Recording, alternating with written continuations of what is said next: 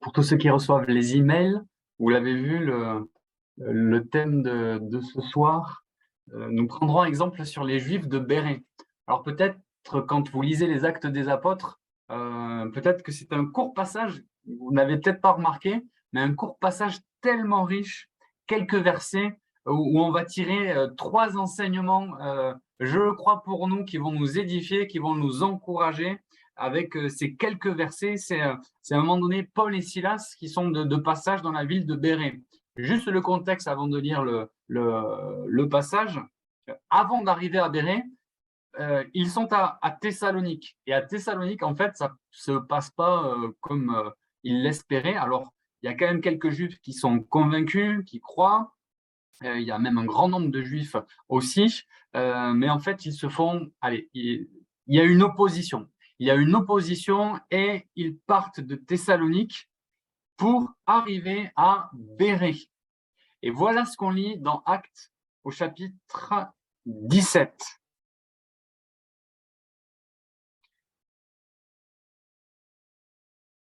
Et je vais retrouver le verset. Acte 17, verset 10. Aussitôt les frères firent partir de nuit Paul et Silas pour Béret. Dès leur arrivée, ils entrèrent dans la synagogue des Juifs. Ces derniers avaient des sentiments plus nobles que ceux de Thessalonique.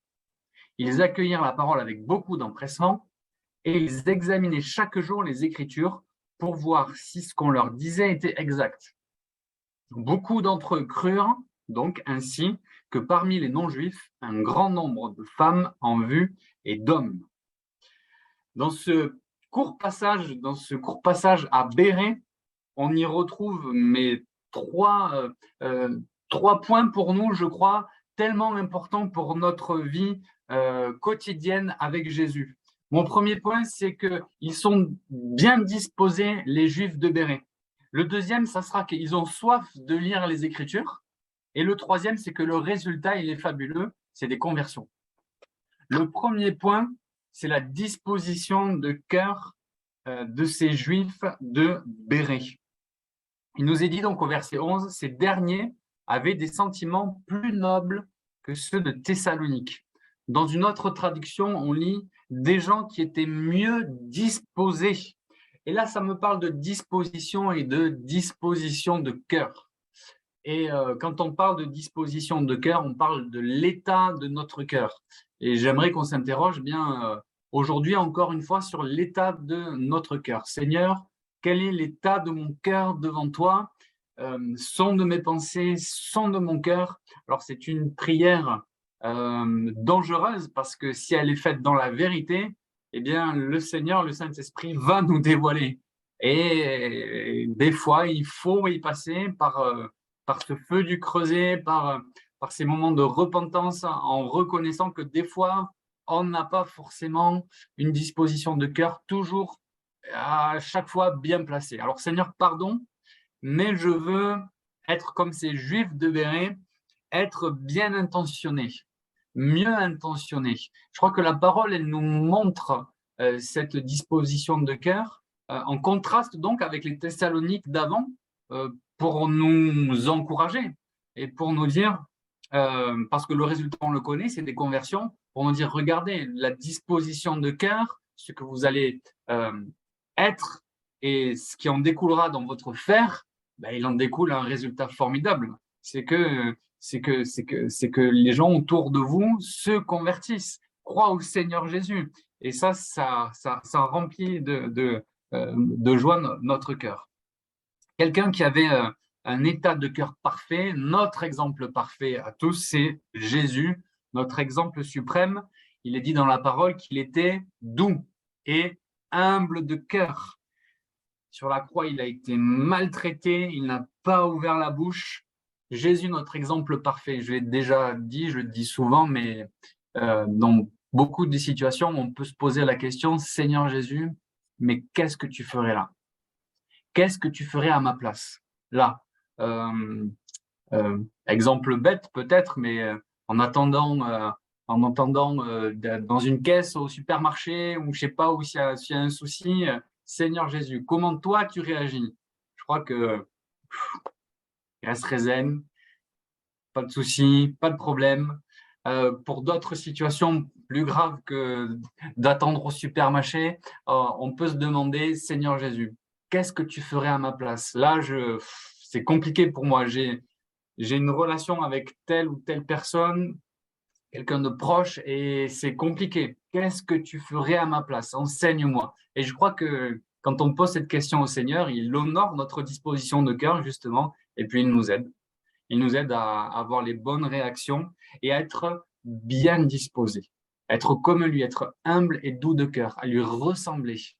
C'est ma prière ce soir, peut-être ça peut être notre prière tous ensemble tout à l'heure. Seigneur, je veux te ressembler, de plus en plus te ressembler, que tu prennes de plus en plus de place et que moi j'en prenne de moins en moins. Alors, tu connais l'état de mon cœur, pardon s'il est mal disposé des fois, mais je veux en tout état de cause qu'il soit bien disposé pour toi, bien disposé en prenant ton exemple. C'est des fois difficile, je le disais déjà vendredi soir, mais j'ai à cœur de le redire encore, c'est des fois difficile de vivre à contre-courant de ce monde. C'est compliqué. C'est compliqué de ne pas médire, mais de bénir quelqu'un qui nous a fait du mal. Humainement, bien sûr, mais spirituellement, on est d'accord que l'exemple que nous a donné Jésus, on est obligé de tomber sous le sens de dire, OK, mon exemple parfait, Jésus, lui, il m'enseigne d'aimer mes ennemis, d'aimer, de prier.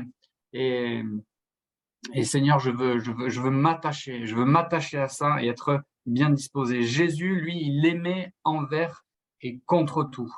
Euh, Malgré cette bonne disposition de cœur, cette humilité, cette douceur, par contre, Jésus n'a jamais fait aucune concession envers certaines choses. Il n'a jamais fait de concession face au diable. Face au diable et lors de sa tentation, aucune concession. Appuyé sur la parole de Dieu, il n'a jamais flanché devant lui. Il n'a fait aucune concession face aussi à ceux qui voulaient utiliser les abords du temple pour s'enrichir. Aucune concession avec cela aussi. Il n'a fait aucune concession, surtout quand il a fallu donner sa vie. Quand il a dû donner sa vie, il est allé jusqu'au bout. Il a même dit qu'il aurait pu appeler une 12 légions d'anges. Il aurait pu, il aurait pu, il aurait pu être délivré par ces légions d'anges, mais il a choisi d'aller jusqu'au bout sans aucune concession, sans aucune concession. Moi aussi, je veux te suivre, Seigneur Jésus, et aller jusqu'au bout euh, avec toi. Un deuxième point dans la disposition de cœur, on voit ces Juifs de Béret qui accueillent la parole avec beaucoup d'empressement.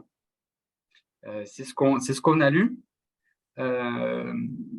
Et, et cette parole, ça m'a fait penser à cette parabole qu'on connaît bien, la parabole du semeur. La parabole où la parole est semée dans nos cœurs. La parole, elle est semée de réunion en réunion. Elle est semée quand on échange les uns avec les autres. Elle est semée par l'annonce de l'évangile. Et, euh, et quel est le type de terrain? Quel est quelle est ma position aujourd'hui? Dans quel terrain atterrit la parole de Dieu? Est-ce le long du chemin, sans réellement suivre Jésus, sans réel engagement? Bon, je suis un peu à côté, mais bon, j'écoute quand même, mais je m'engage pas. Est-ce qu'il y a peut-être un manque de racines, un manque de profondeur, un besoin de persévérer, de plonger ma vie plus profondément en Jésus? Parce que malheureusement, peut-être que quelqu'un, ça fait un peu les montagnes russes. Alors on a tous connu ça. À la moindre difficulté, un découragement par manque de racines, par manque d'enracinement. Est-ce que quelqu'un, pour d'autres, la parole, elle est entendue, mais malheureusement, cette parole, elle est vite étouffée par les soucis de la vie. Trop de soucis qui font que on est embrumé et quand on sort d'une réunion, on a vite oublié et on repart tout de suite dans les soucis. L'attrait des richesses, nous dit la parole aussi, la soif de posséder ou toute autre convoitise malheureusement, à cause de tout cela, on ne peut pas porter du fruit. On ne peut pas porter ce fruit de l'esprit qui peut grandir dans une bonne terre. L'exemple des Juifs de Bérée, c'est que eux, ils ont reçu la parole avec empressement. Ils ont reçu la parole dans cette bonne terre qui produit son effet et qui porte du fruit. Ah, je veux recevoir ce soir, j'espère que vous aussi, vous faites cette prière avec moi, je veux recevoir cette parole et qu'elle donne du fruit dans ma vie, qu'elle donne du fruit, le fruit de l'esprit, qu'elle donne en moi de l'amour, de la joie, de la paix, de la patience, de la bonté, de la bienveillance, de la fidélité, de la douceur, de la maîtrise de soi. Vous retrouverez cette liste dans Galates 5, 22. Galates 5, 22. Revoyez Galates 5, 22 et dites au Seigneur ce soir, je veux être comme ces Juifs de Bérée et recevoir ta parole pour produire du fruit. Je veux la recevoir avec empressement et toujours aller plus loin avec toi dans cette parole. Deuxième point, c'est qu'ils avaient soif de lire les Écritures. Ils avaient soif de lire les Écritures. Le verset qu'on a lu nous dit, ils examinaient chaque jour les Écritures pour voir si ce qu'on leur disait était juste. Alors, à premier abord, quand je lisais ce verset, je me disais, mais ils font ça peut-être par suspicion, mais je ne crois pas que ce soit de la suspicion. Je crois là et j'y vois là la soif d'aller lire la parole de Dieu. J'y vois là l'envie d'aller plus loin. J'y vois là la soif de méditer, de découvrir les profondeurs de Dieu. Pourquoi je crois que ce n'est pas de la suspicion? Parce que je l'ai vécu.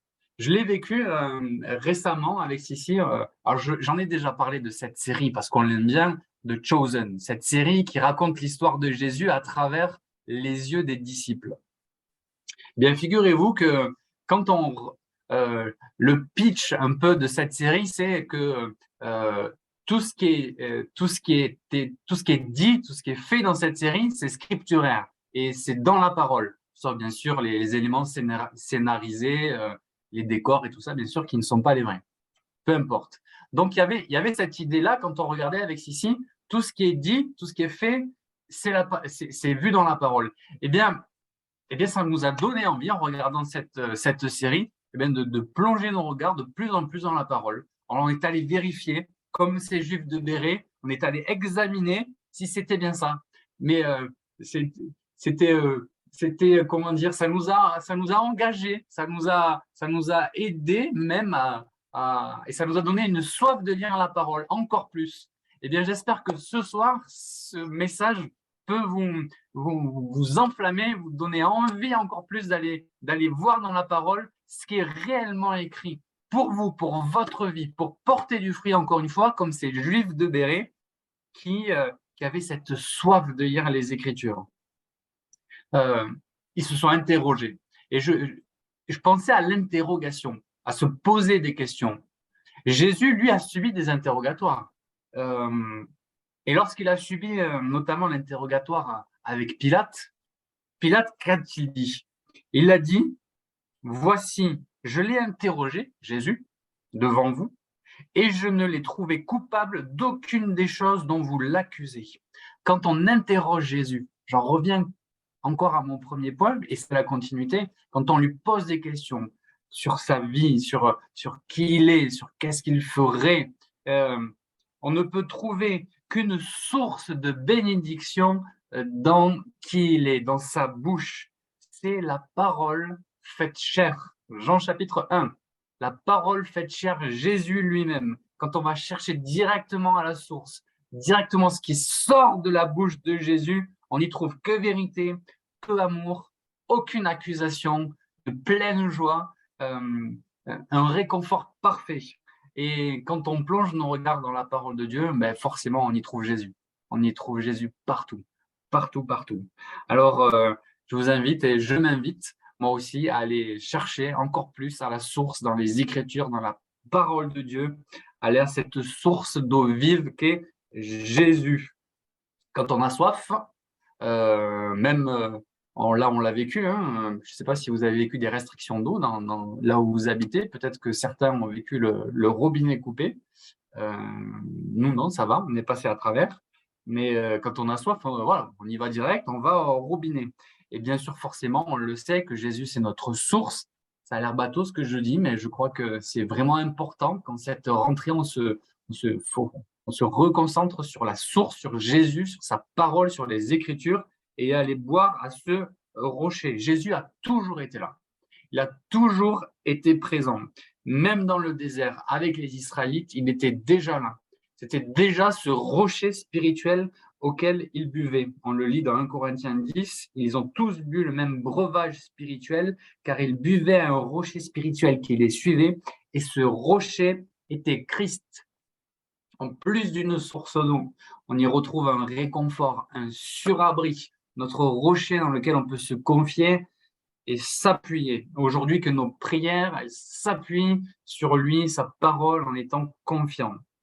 Et, euh, et qu'en cette période de rentrée, on puisse continuer à plonger nos regards dans la parole pour certains, et puis sans aucune condamnation, si quelqu'un s'est arrêté ou euh, pendant cet été, eh bien, sans aucune condamnation, je t'encourage vraiment à reprendre la parole, à repartir sur des bonnes bases et à faire comme les Juifs de Béret, à examiner la parole, à aller puiser à la parole. Je crois que c'est pour quelqu'un ce soir vraiment un encouragement à aller voir la parole, à aller la lire, la méditer pour toi-même, parce que tu y retrouveras toutes les solutions et tout ce qu'il faut pour ta vie. Amen.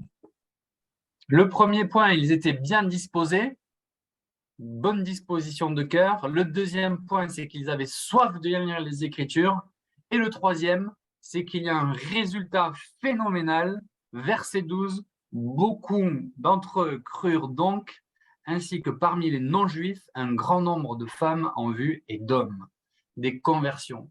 Merci Seigneur, parce que c'est toi qui fais ce miracle, c'est toi qui donnes une nouvelle vie, c'est toi qui, euh, qui fait en sorte que nous passions de la mort à la vie, cette nouvelle naissance, c'est son miracle, c'est son œuvre, et nous sommes participants de cette œuvre-là. Merci Seigneur de nous rendre participants et voir des hommes, des femmes qui se convertissent, qui naissent de nouveau, et comme dimanche, qui vont s'engager dans les eaux du baptême, mais quelle joie, quelle joie. Et je crois qu'en étant bien disposés, en étant des disciples de Jésus, qui vont chercher dans sa parole, qui prient, je crois qu'il y a vraiment ce résultat, oui, qu'un grand nombre de gens autour de nous connaissent Jésus et changent de vie, je le crois.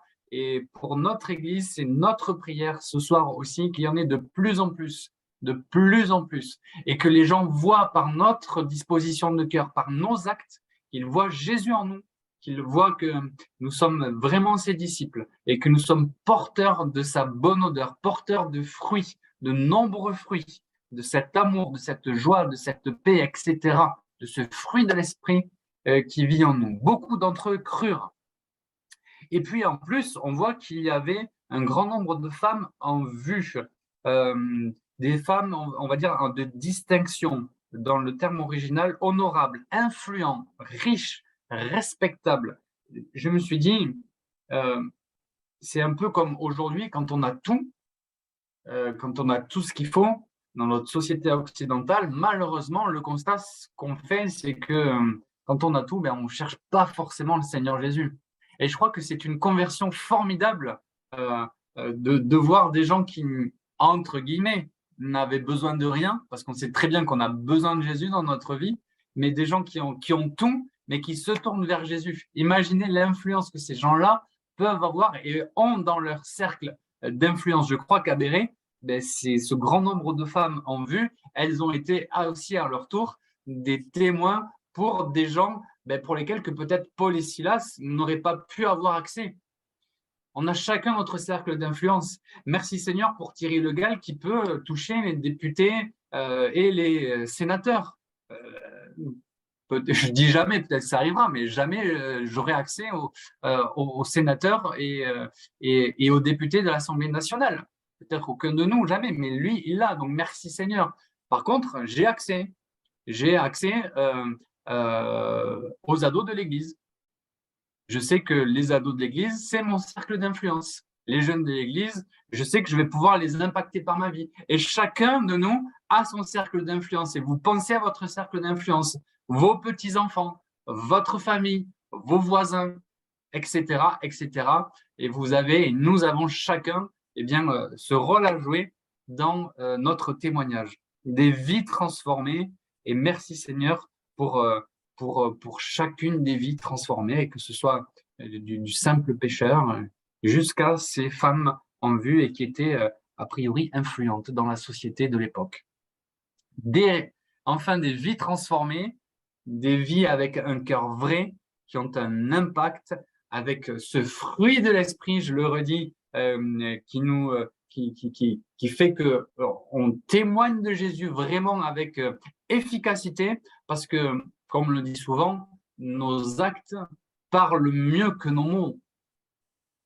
Ce qu'on est, ce qu'on fait, nos attitudes, on aura beau dire et dire des choses, si les actes ne suivent pas, il y aura pas le témoignage qui va avec. Alors c'est un encouragement pour chacun de nous ce soir, d'être comme ces Juifs de Bérin, d'être bien disposés, de lire sa parole et de voir en masse des conversions et des âmes nouvelles venir raccrocher au Seigneur Jésus, passer de la mort à la vie, et que nous puissions être participants toujours et encore plus, et notamment pour ces moments de rentrée et reprendre la marche pour peut-être quelqu'un qui se serait arrêté ou ralenti. Alors c'est vraiment l'encouragement. Seigneur, tu connais mon cœur, tu connais ma disposition, je veux faire le mieux possible, et puis je veux me remettre vraiment à lire ta parole et à continuer sur la voie. Est-ce qu'on peut prier ensemble pour ces quelques points que j'ai partagés, et puis les points que vous avez dans la bulle de discussion sur le côté? On prie chacun à notre tour. Prions avec ferveur, avec l'assurance que Jésus répond à nos prières, qu'il a tout pouvoir, qu'à la croix, il a tout porté, toutes nos maladies, tous nos soucis. Et en lui, en son nom, nous avons toute autorité. Toute l'autorité nous est donnée en lui, et nos prières sont revêtues de cette autorité. Au nom de Jésus, Amen, Amen et Amen. Seigneur Jésus, nous prions. Je te bénis vraiment pour ces moments où on se retrouve devant toi avec cet outil dématérialisé. Gloire à toi pour cet outil. Merci, parce qu'on peut se retrouver même si on est chacun chez soi. Je te prie vraiment pour mon cœur d'abord. Tu connais les dispositions de mon cœur. Pardon si des fois les dispositions sont mal placées, et tu connais toutes choses.